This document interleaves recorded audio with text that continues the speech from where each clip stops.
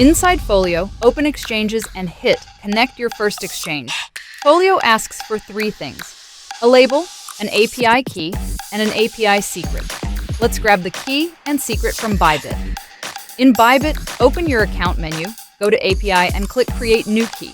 Pick System-Generated Keys and API Transaction. Now, the important part, set it to read-only. Folio never needs to trade or withdraw. Under contract, tick orders and positions. Leave everything else unchecked.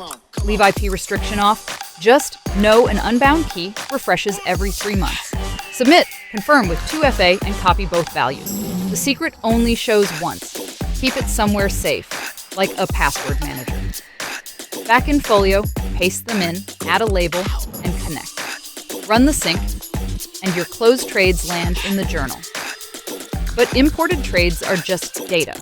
A row of numbers means nothing until you make it honest. Why did you take it? Write the note, tag your strategy, double-check the leverage. A sync can only approximate it. And ask the real question: did you actually follow your plan? That's where a journal stops being a spreadsheet and starts making you better. Connect Bybit in 60 seconds. Folio exists to make traders profitable. Let's get you there.